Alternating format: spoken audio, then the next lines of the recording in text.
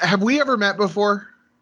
You know what? I don't know. I'll be totally honest. I've been Mm-hmm. out of the scene for so Yeah. long. Um, Probably, I would imagine, but like it's been. I was extremely active for maybe 3 or 4 years there, right around when Uh-huh. I won, and then previously too. Like I've been really active in the Decipher era. Mm-hmm. So maybe Okay. I guess is my best answer. Yeah, yeah. So I think the only time that we would have, because you were around the Team Ohio people, right? In that era. Yes. Yep. I mean, Yep. obviously, 2006, and I'll just for journalism, the podcast has started now. Um, Okay. Cool. I'll introduce you in a second, but just so you know, we're going as long as you're good with that. Um, Oh but yes. uh, the only time I can think that we would have met would have been in the summer of 2007. I was playing in Columbus then. I went to East Nationals, and we did like a sealed event that summer. Do you remember anything like that? I do. Yep. I do remember a seal event that summer. Okay. Okay. So we probably met there. Uh, Brief, obviously that was 16 years ago. Right. All right, everyone, welcome to Corran on the Horn. I'm here with Mr. Nate Meeker, world champion of 2006. So uh well, let's start. I'm going to start the interview with the question that I like to ask as a little bit of an icebreaker. What did you have for breakfast this morning? Oh, good one. I had what did I have? I had yogurt, granola, and coffee. All right, all About as right. vanilla as it could get. you know it's was it vanilla yogurt or was it a? It was, yes, it was vanilla yogurt indeed. All right, all right. Well, whatever gets you through the day, whatever gets you through the day. So Star Wars cards. How'd you get it? How'd you get into it? Yeah, so I remember it was in like my early high school years, late high school years possibly, and I'd been playing Magic for a while, and I was just getting a little bit burnt out on it. And the group that I played with had just started picking up Star Wars, and we were going up to the local university to play, which we did twice a week. And folks just kind of brought out the cards, and I was really interested in it. It was something different. It was a lot more involved. I liked the Star Wars universe anyway, and it was right around the Dagobah set Mm-hmm. release when that all happened. And I just kind of liked how the game flowed. I liked the differences between the light and the dark side, and it just kind of drew me in. And I think after I started buying cards, I really never went back to Magic at that point. Mm-hmm. Yeah, that's always an interesting time for people to come in during the Dagobah set. I think uh, it has a reputation for maybe losing some players, but I think a lot of people came in. I actually, when I first started, I was also during Dagobah. Mm-hmm. Um, but so you played like locally for a while. At what point did you get like really start to get competitive?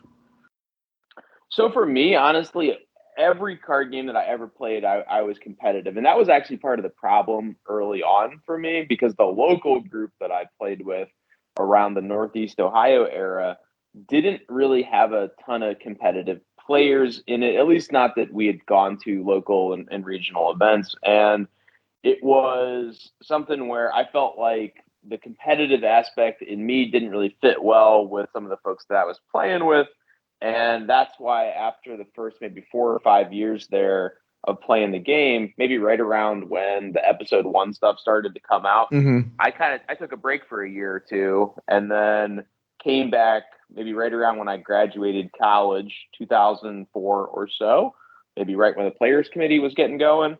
And then it seems like the players that were left at that point were really competitive, and it kind of fit into the vibe that I wanted to portray. And we started to travel around, going to different events, going to regionals, traveling across the country to play cards, and just really actually taking it super seriously, maybe more seriously than other folks were at the time. And yeah, it was great finding a group of folks who were interested in playing at that competitive level as well. Mm-hmm. See, that's really interesting because a lot of people talk about that kind of 04, 05, 06 as a time when a lot of people had left, had left the game, and so there was just like a core group that, were the whatever metaphor you want to use, the flag bearers or something. I don't know. I'm in over my head here, but they kind of kept things going for a while, and then some people, a few years later, kind of saw that the game was still around. But that's really interesting that you say that you were happy to come back to a really, really competitive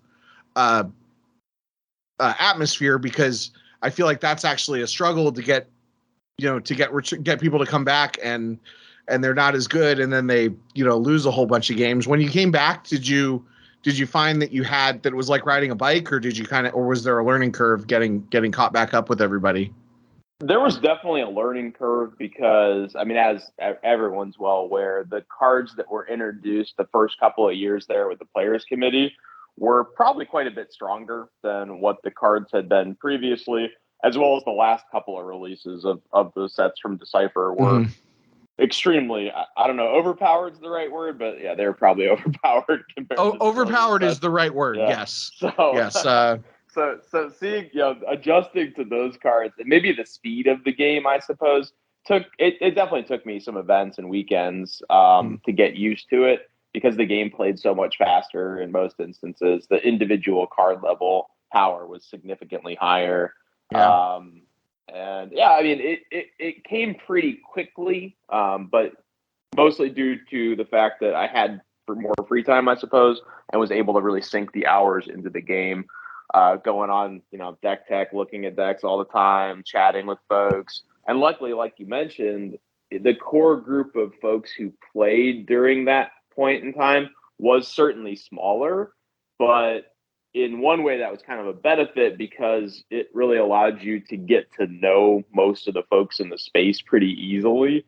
And because of that, you could reach out, you'd talk to folks, you'd see the same folks at different events. And I think that helped strengthen my play for sure. Yeah. Yeah. Seeing, I've been back in the game for several years, since 2019. But I played like pretty, there was a stretch in like 2013, 2014 where I played pretty, traveling to stuff and everything, losing all my games. But like when I remember coming back in 2019, and like people still recognized me even though I hadn't been around for several years. And that's something that's really neat about the Star Wars CCG community. How quickly do you feel like, because I mean, yeah, we're looking at a relatively short period of time here before before you end up winning the world championship. So at what point did you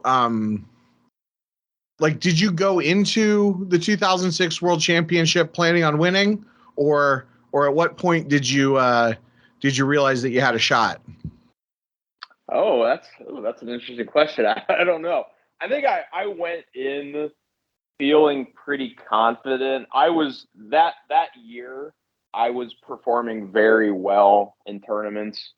I was having a lot of success with the different decks that we were playing, refining them. Also, too, I feel like the whole maybe year and a half lead up to that event, we had a really strong group of folks to do play testing with, and that helped a lot. So I don't know. I'm sure if anyone's listening that's from that era, they probably recognize all the names that I'm about to say. But at the time, it was probably at least twice, maybe 3 or 4 times a week.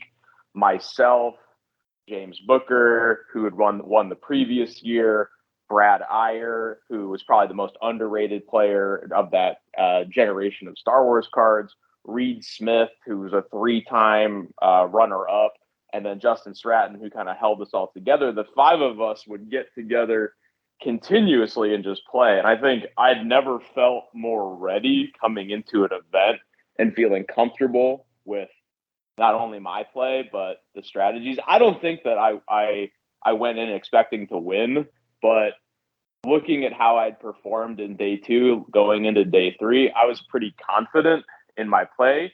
I definitely did not play the best out of anyone there that day, but I had probably the best decks of the day, and sometimes that's what you need to win. Yeah, definitely. Do you remember what event qualified you for day 2?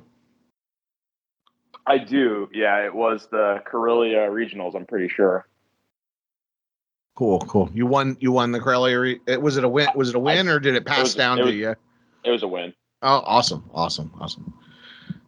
That's good to hear. I'm a Corellian as well. Okay. Awesome. Yeah. Always good to.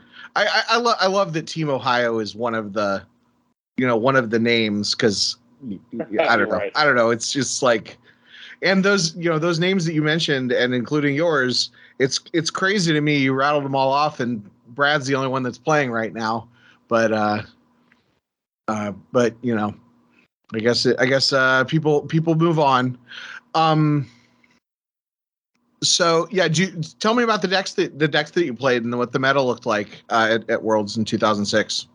Yeah, so I haven't played in quite a while, but I give you my recollection of it for sure. So yeah, the light side deck that I think of the 5 of us that went, I think everybody except maybe Brad Iyer actually played the Obi-Wan start deck, which I believe Reed Smith at the time had coined as the Dickhead deck. And it was just one of those decks it did not look like it should work on paper, right?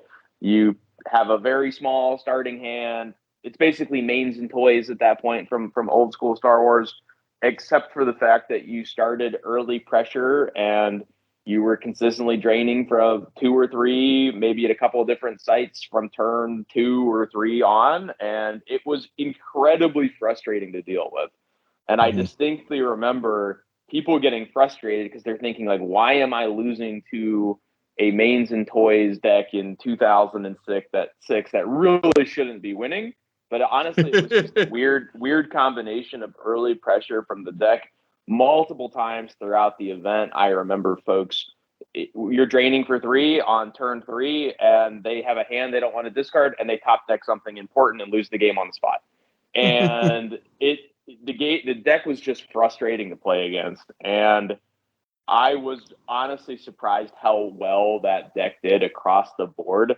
I don't remember the exact stats from it, but I remember across the 5 of us, I think through the 3 days, or maybe the 2 days plus 1 day, I think Justin played in day 1 with it as well. The deck only had maybe 1 or 2 losses across the 5 different people playing it, or 4 different people playing it, which is crazy for one particular deck to experience such success. And maybe it was just the openness of the event. There wasn't a lot of duplicate decks. You saw a lot of decks being played at that event, which was cool to see. At least from my recollection, most of the other events that I'd played in had a much more skewed deck percentage. But I remember there being, quite a few different decks on the day. And then on the dark side of things, I was playing oh my gosh, what was the starting effect? It was a Scum of Villainy Tatooine deck where if you had started with the battleground site, then you also got the planet and some of the effects out as well. And you got like 4 effects, right? 4 effects, yep, 4 effects out. And it was like a wonky way to play what would have been maybe a Carbonite Chamber deck or something like that in the past. And it ended up working out for me. And I was the only one of the group that chose to play that deck. And I believe it went undefeated across both days, or maybe I had taken 1 loss potentially with it, but ended up just being a really strong defensive turtle style deck that could also attack. Again, at the end of the day, I was playing mains and toys for light side, mains and toys for dark side, and just relying on decks packed with high destiny, being able to react and set up a couple of early drains early on, and overpower maybe some of the weaker decks that couldn't set up so quickly or couldn't deal with the early pressure. Interesting. Yeah. That I think that era of Scum is definitely one of the more infamous eras. So that you were there playing the Dick Hat deck.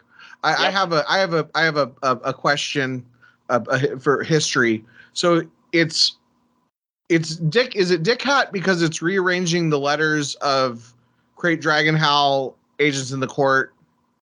Yes. Okay. Because for some reason, I thought it was a reference to a South Park episode. But then that would be a Reed Smith question exactly. He came through one day and decided that was the name that the deck was going to go with, and he will in my eyes go down as the greatest deck creator that I've ever played the game with, and that deck was one of the shining creations as to why. Yeah, he's definitely a legend. And Reed Smith, if you're listening, you have an open invitation anytime you want to. I haven't like sought him out or anything because he's been kind of away from the game for a little while. But yeah, if you're listening, Mr. Reed, I would love to interview you. Yeah, he was always really nice to me too. I feel like he kind of has a reputation for being a little abrasive, but he's like, anytime that I've seen him in person, he's been like just like the nicest guy.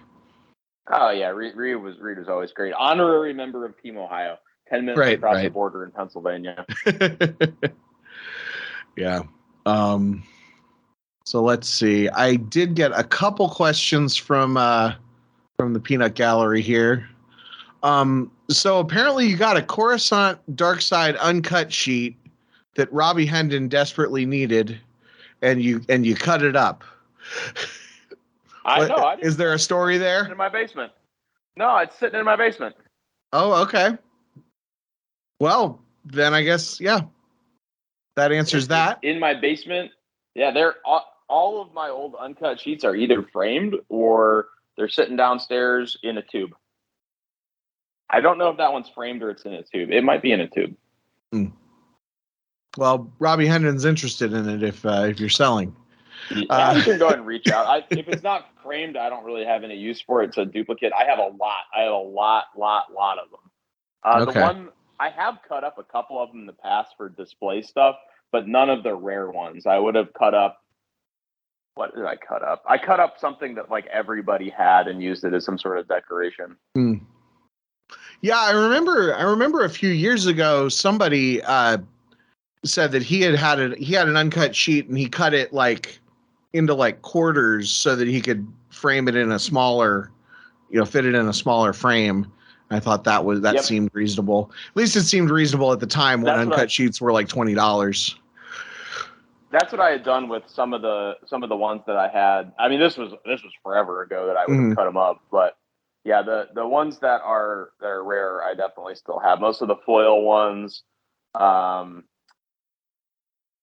then a lot of the newer ones that were rarer, I still have either framed or in a tube. Okay. I know that the PC was looking for high quality images of some of those uncut sheets. I went for their like collecting encyclopedia. I don't know, but I'll have to see if they ended up getting all the images. That you might have something that they need a picture of. Yeah, sure. Have them reach out. I can if someone reaches out, I'm happy to let them know which ones I have. Some of them I have duplicates of too. Cool. So I think Aglitz has asked this question before, and with other people, but I'm curious if you have an actual answer for this. What is your favorite Spanish-speaking soap opera? Oh man, I don't know if I've ever watched a Spanish-speaking soap opera, so I'm gonna have to go with unknown. I honestly don't. I don't think I've ever watched one. Good question though. Yeah. I never know when people ask me Not a big TV guy. when people send me these random questions, I never know if they're just messing with me or if it's like I ask you that question that triggers a story.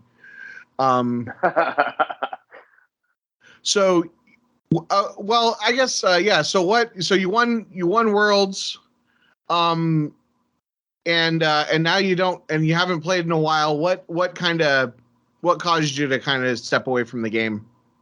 Yeah, well, so initially it was really out of my control. So about a year after I had won, unfortunately, we experienced the housing market crash here in the U.S. 2008, and that caused myself as an educator at the time to get laid off, as like every other teacher in the state of Ohio did.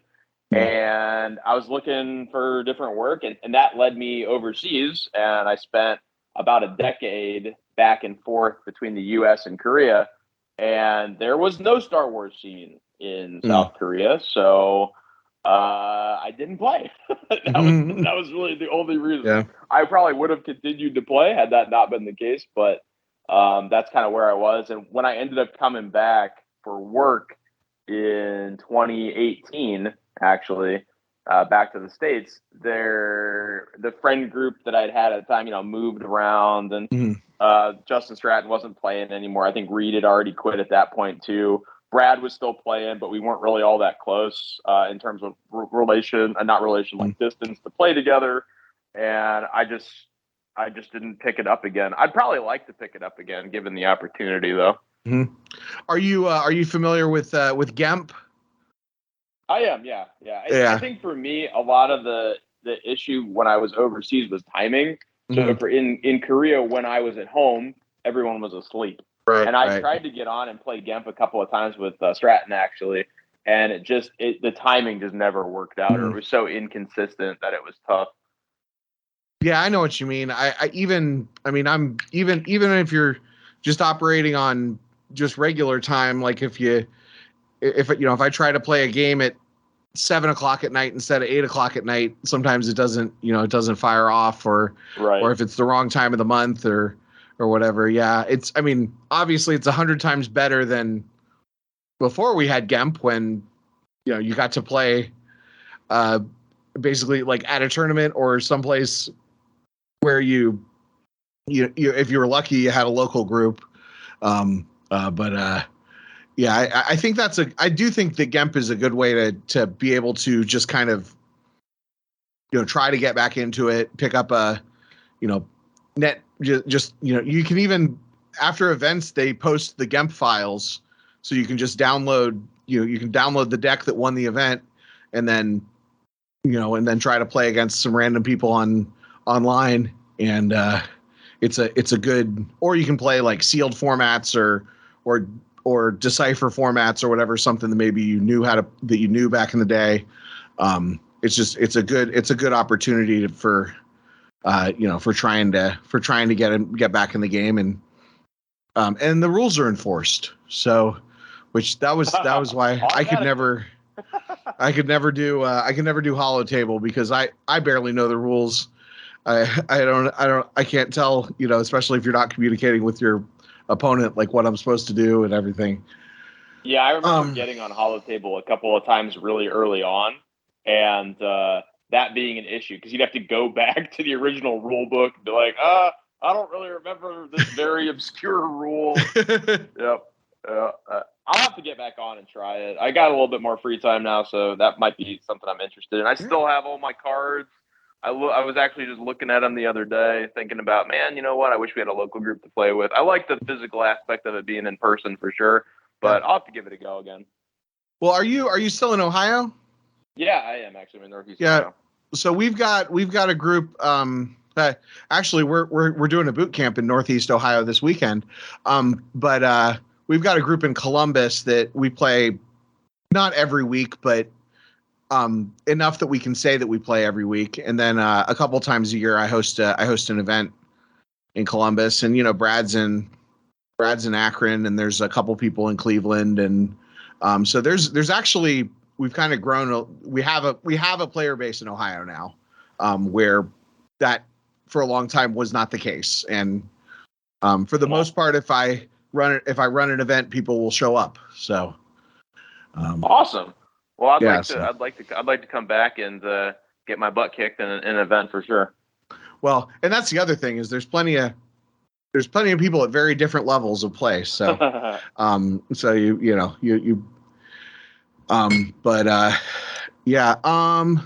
so we'll go. So first of all, I actually didn't get as many questions from the audience as I usually do. Are there any is there anything that I should be asking you about that I haven't asked about yet? Any crazy stories or anything? There's a couple of interesting stories from that Worlds event, I suppose. So probably the one that when I go back and talk to folks about the event that went down is, I guess it's more of an in-person kind of thing. But when the finals, before the finals was about to start, Brian Hunter came up to me, and we'd all gone out to lunch, and we were talking about the finals, and he offered me, before the finals, he offered me a split, like, hey, we'll play it out, but let's just split the prize pool. And at the time, I think he was widely considered one of the best players left in the space from the old days of the game. And he was, extremely talented player. He outplayed me significantly in the finals as well. I had the better decks of the day. And I'd really thought about it. Thought hey, you know what? I could take the split. And I remember, I think it was Reed and Booker actually talked me out of it and ended up denying the split, and then played probably the two worst games of my entire life in the finals. It still got carried by the decks and ended up winning. Honestly, I was in a position where almost couldn't lose based on the matchups, and still almost managed to lose. Mm-hmm. Yeah. Well, I mean, I'll say I've played against good players and I've played against bad players, and there's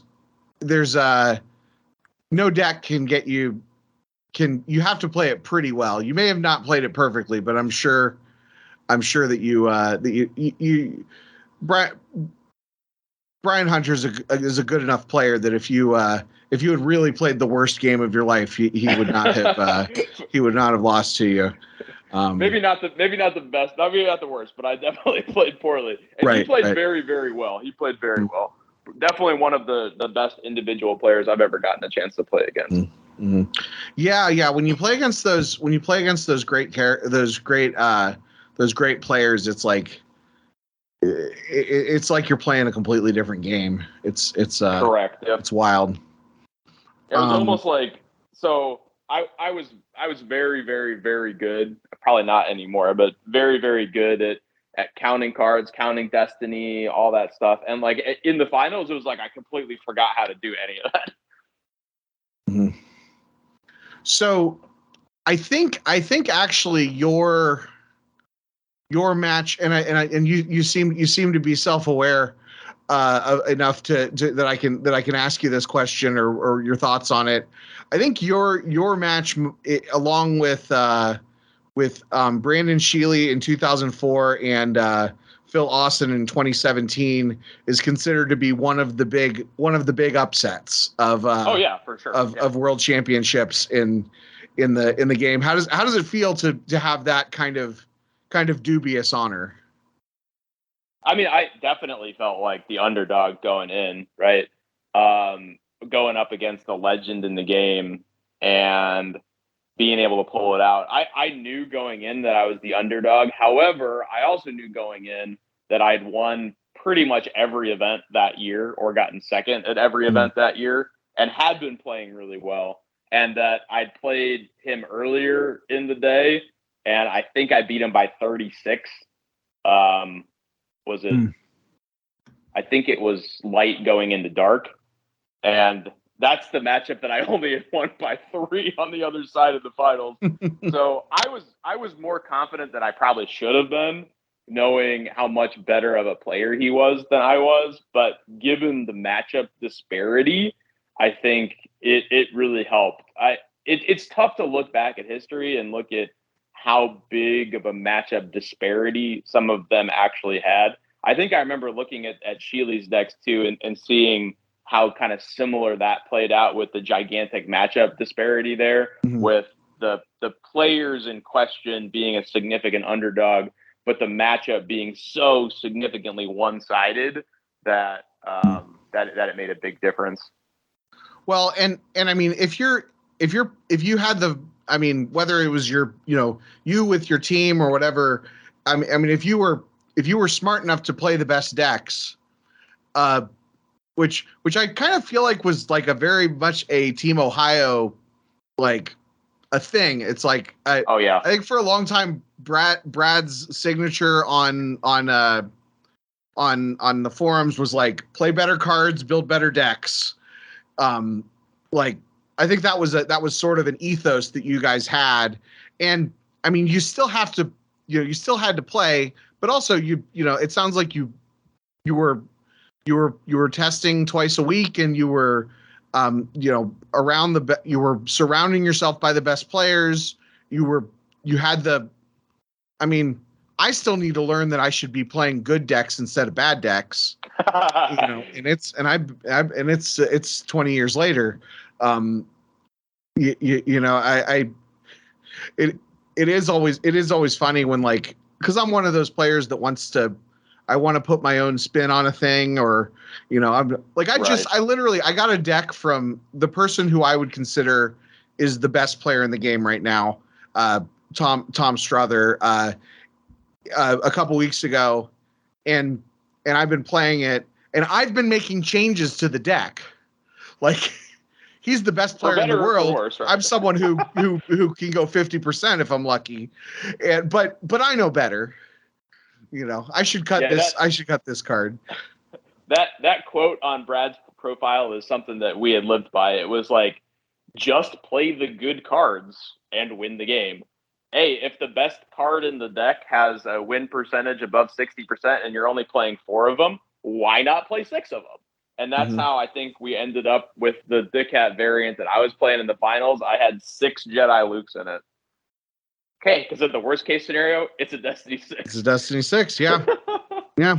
That makes a lot of sense. And yeah, you were just, you were smart enough to play the good cards. Yep. Only play good cards, don't play bad cards. Do you have any other words of wisdom for aspiring world champions?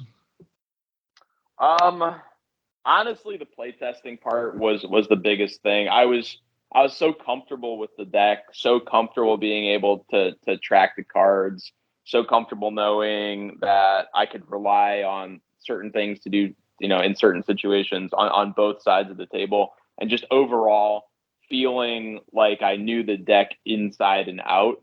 You can be the best player on the day, you can have the best cards, but if you don't know how to pilot the deck, it's not going to do as well for you as it could.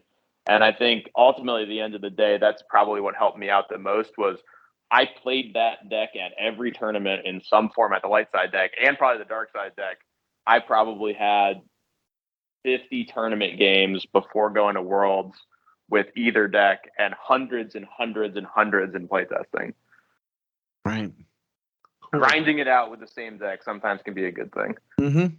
I hear that. I wish that the decks that I was grinding were better, but I do have a few decks that I've learned inside and out. What stinks is you learn a deck inside and out, and then eventually you get to a point and you realize that the deck is bad and you need to throw it in the garbage. Metaphorically, not like Reed Smith literally.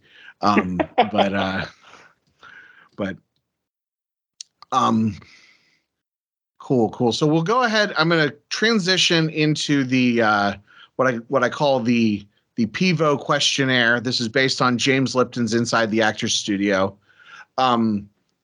Interpret the questions however you want. Some of them don't totally make sense. A lot of the questions mirror each other. So if I ask you for something you like, don't say something that's not the thing I don't like. But we'll dive in here. What is your favorite card? Jedi Knight Luke for sure. Okay.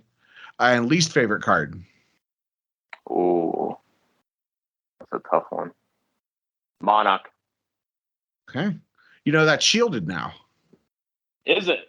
Yes. No. I always hated that card. Yeah, I think it actually has 2 shields. That's but good it's for me. yeah, but it is it is shielded now. So yeah. Well, no, you can't draw because the shield basically caps your hand at 14. Oh no. Okay. Darn. But yeah, I don't. You can look at the cards yourself, but it's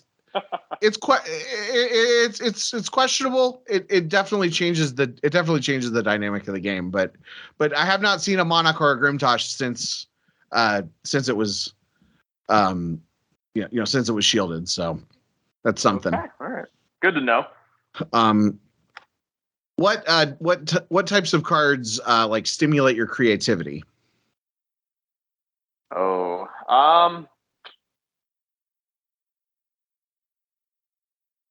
I think probably for me it would have been not necessarily a type of card, but a card that could be used in a way that maybe the developers or the card designers had unintentional didn't intend for it to be used, so that you would be able to kind of manipulate things in your favor. So a lot of the different interrupts, I think, were things that you could use in ways that would not necessarily be the intended design for the card, but could still benefit you. Mm-hmm. Mm-hmm. Okay. What types of cards would make you want to quit the game? Oh, like things like Monarch, which interacted with your opponent's hand. I remember walking away from games like multiple times, being frustrated because of those things when I was younger, for sure. There's a player, Matt Wadden, who at 2019 Continentals famously, I believe he was playing like a trooper deck or something, and somebody like turn 1 Grimtosh lost or some played Grimtosh when you wouldn't be expecting them to play it, and then ended up making him lose like 6 cards, and he just shouts F Grimtosh, or I can swear on this show. Fuck Grimtosh. It's my show. I can swear on it. And you could through the, and it's just like he just at the top of his lungs, fills up the whole room in silence, and then we go back to playing. Yeah, he famously would agree with you on that. I'd be those any hand interaction cards. Yeah. If you come back to the game, I'll be curious what you think of the shields, because it's basically it has a similar. If you draw above 14 and end your turn that way, and your opponent has force open, then it's got a similar to the used function. You put all but 9 cards in your used pile, so it's not even that is not as bad. But you can't. But yeah, you're still not drawing 18 card hands. Darn. That's no fun. And if you go way back, it would definitely be the insert cards, but those haven't been a problem since the game's very, very early days. Right. What is your favorite Star Wars term? Ooh. Probably one that I used more frequently than I probably should have. The scoop. Okay. Basically, I'm quitting this game. I'm not playing anymore. Taking my cards and going home. The scoop. I think I still use that in daily life to just talk about that I'm quitting something or that I'm done. Yep. What opponent's deck would you love to see? Oh. I was a really, really avid Mains and Toys player anytime I could be. So any deck that wanted to take a while to set up, that's what I wanted to see. Okay. What opponent's deck would you hate to see? Things that you couldn't interact with. So, like What, like any Hoth deck? I really hated to play against any Hoth deck. Didn't matter, light side, dark side, whatever. Creatures, no fun. Right? Give me something that I can interact with. Jedi training, no fun. Mm-hmm. Mm-hmm. All right. What Star Wars job would you like to try? Oh, pilot for sure. I get to fly the planes. All right. All right. What Star Wars job would you want to avoid? Death Star technician seems like a dangerous job. Yeah, anything on the Death Star. Yeah. And then last question, what would you like to see happen with the future of the game? I used to preface this that you were all powerful and could have anything possible happen, but so you can go with that hyperbole or not, but just in general, what would you like to see with the future of the game?